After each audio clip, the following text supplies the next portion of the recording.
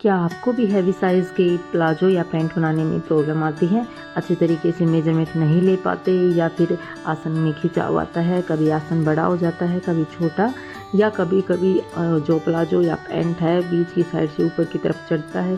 तो इन सब प्रॉब्लम का सोल्यूशन मैं आज आपके लिए लेकर आई हूँ। Hello and welcome to my channel. तो देखिए, पैंट को सबसे पहले इनर वाली पैंट है, इसको इस तरीके से सेट कर लेंगे। जो ओपन साइड है वो हमारी तरफ है और बंद वाली साइड दूसरी तरफ है। इस तरीके से सेट कर लेंगे। तो सबसे पहले हम देखिए, ऊपर हमारा छोटा बड़ा है तो एक स्ट्रेट लाइन ज़रूर ड्रॉ करेंगे ताकि हमारा कपड़ा इक्वल हो जाए।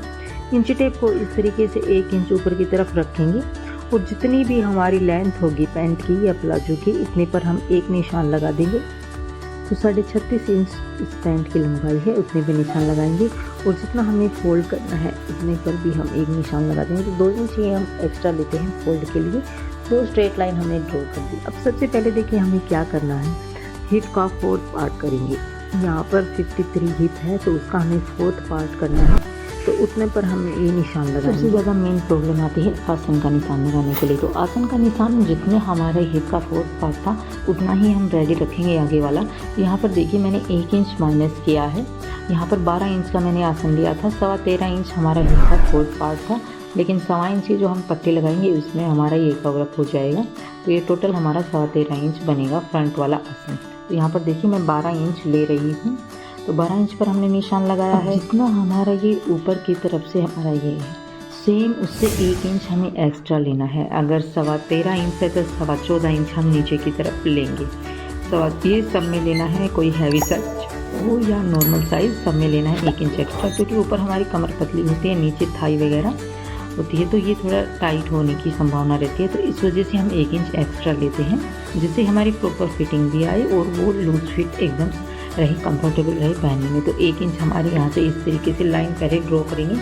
उसके बाद देखिए जो हमारा नॉर्मल साइज़ होता है उसमें हम 2 इंच एक्स्ट्रा लेते हैं, लेकिन यहाँ पर हमारा हैवी साइज़ है तो यहाँ पर देखिए हम 2.5 इंच एक्स्ट्रा लेंगे फ्रंट वाले हिस्से में। ये अनइवन जो बॉडी होती है उसके लिए है। अगर आपकी नॉर्मल बॉडी है तो आप यहाँ पर 2 इंच एक्स्ट्रा लेंगे। तो यहाँ पर देखिए मैं 2.5 इंच पर एक्स्ट्रा एक निशान लगा रही हूँ। यहाँ से हमारा क्रॉस बनाएंगे। क्रॉस बनाने के लिए ज़्यादा हम डीप नहीं जाएंगे, इस तरीके से हमें गोलाई बनानी है। 2.5 इंच हम इस तरफ निशान लगा लेंगे, 2.5 इंच हम ऊपर की तरफ निशान लगाएंगे और गोलाई बना देंगे। अगर उस तरीके से आपसे गोलाई नहीं बनती, तो अगर आप गोलाई अच्छे तरीके से बना लेते हैं तो वो ऊपर की तरफ आसन की तरफ 2.5 इंच लगाने की ज़रूरत नहीं है। अब उसके बाद देखिए यहाँ से हमारी नी आएगी, लगभग हमारे 19 इंच 20 इंच पर हमारी नी होती है। वहाँ पर जितना हमारा हाफ होता है, यहाँ पर देखिए हमने हाफ पर निशान लगा लिया है। जो टोटल हमारी पैंट है वो इसका पैंट का हाफ हो गया। ऊपर हमने देखिए प्लेट्स का भी निशान लगा दिया। अगर हम चारों तरफ इलास्टिक डालेंगे तो हम ये प्लेट नहीं डालेंगे। अगर हम चारों तरफ इलास्टिक नहीं डाल रहे, आगे बेल्ट है पीछे इलास्टिक, तो हम ये डाट डालेंगे। तो यहाँ पर देखिए लंबाई का भी जितना हमारा थाई था उसका हम डायरेक्ट इस तरीके से टेप को फोल्ड करेंगे और हाफ पर निशान लगा देंगे। ये निशान हमारा प्रॉपर जो पैंट है उसका सेंटर है। अब जितनी हमें मोहरी रखनी है, इस निशान से हाफ उस तरफ और हाफ ही इस तरफ रखेंगे। 8 इंच हमारी रेडी मोहरी है, तो हमने ये 4 इंच उस तरफ 4 इंच इस तरफ निशान लगा लिया है। अब पैंट कर्व को देखिए इस तरीके से रखेंगे और यहाँ पर देखिए अगर आपको ज़्यादा फिटिंग चाहिए तो अंदर की तरफ निशान लगाएंगे, अगर थोड़ी सी लूज चाहिए तो बाहर की तरफ, हम बाहर की तरफ ये निशान लगाएंगे। तो इस तरीके से ये हमने निशान लगा लिया है। अब इस तरफ भी देखिए जितना हमने आसन लिया था उस पर भी एक लाइन ड्रॉ कर देते हैं, ताकि हमारी जो कर्व है वो आसानी से हम यहाँ पर सेट कर सकें।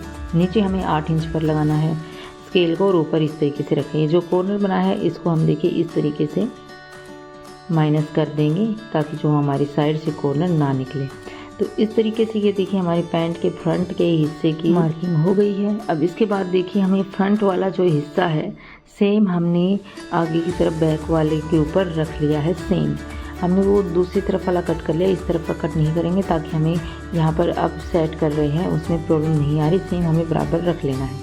ऊपर की तरफ देखिए हम ऊपर एक्स्ट्रा रखेंगे, वो तो हर पैंट में रखेंगे।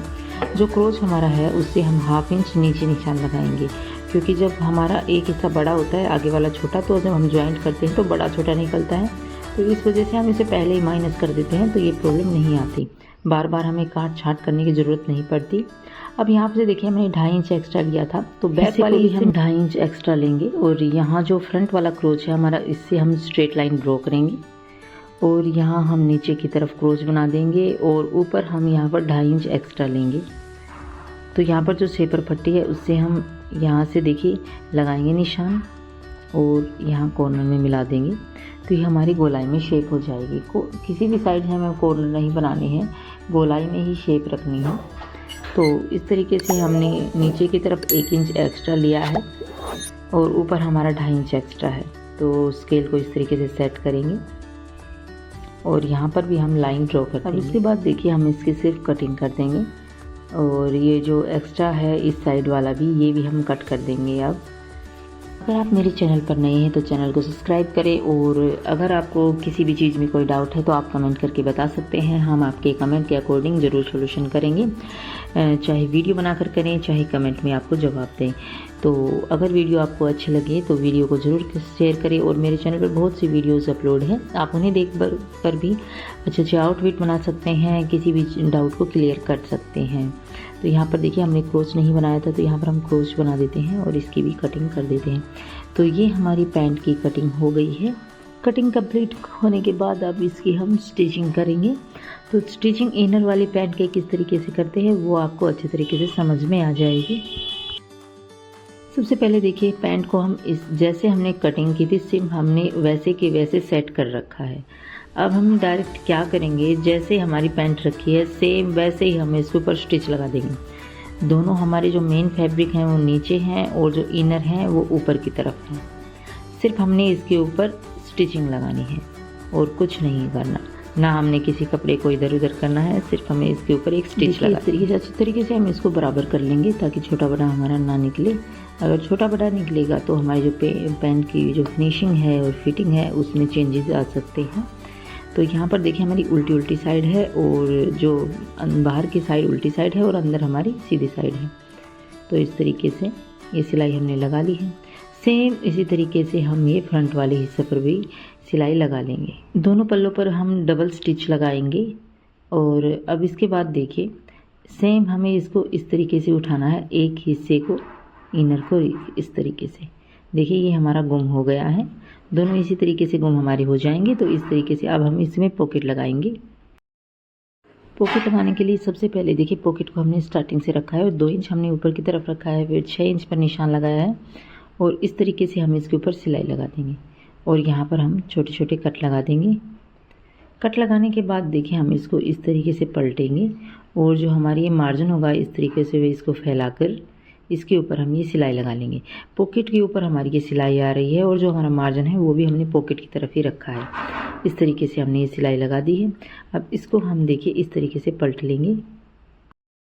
अब हम पॉकेट का दूसरे वाला हिस्सा लेंगे और उसके बाद देखिए पॉकेट जो हमारी है उसके नीचे की तरफ हम ये हिस्सा रखेंगे। ये हमारा पॉकेट है, दूसरा हिस्सा सेम जो शेप हो गया हमारे उसमें और पॉकेट के नीचे की तरफ से रखा है और इसके ऊपर गोलाई में हम ये सिलाई लगा देंगे और बाद में हम इसको पलटकर मार्जिन हमारा अंदर की तरफ चला जाएगा इस तरीके से। और ये हमारी पॉकेट लग गई है। अब इसके ऊपर हम एक स्टिच लगा देंगे ताकि जो हमारी पॉकेट है वो इधर उधर ना फिसले। और यहाँ पर देखिए ये इस तरीके से हमने सेट। इनर वाली पैंट में एक देखिए हमने इनर की जो पट्टी है वो कट की है, सिर्फ हमने आधा इंच ही कट करनी है और जो पॉकेट है हमारी उसके नीचे हम रखेंगे ताकि जो हमारा जो फैब्रिक है, क्योंकि पॉकेट में हमारा इनर नहीं है इस वजह से वो पतला पतला रहेगा और बाकी जो फैब्रिक होगा पैंट का वो हमारा हार्ड रहेगा। इस वजह से हम पट्टी को यहाँ पर देखिए एक आधा इंच की पट्टी कट करते हैं और इनर वाला पॉकेट के साथ हम इसको अटैच पतला हो जाएगा तो ये प्रॉब्लम नहीं आएगी। तो इस तरीके से हमने इसको रख दिया। अंदर की साइड करनी है तो ये कहीं निकलेगा नहीं इसमें से धागे वगैरह, तो इसको हम ऐसे ही छोड़ देंगे। तो देखिए सेम हमारा फैब्रिक अब हो गया है। एक्स्ट्रा जो ये पॉकेट है इसको कट कर देंगे।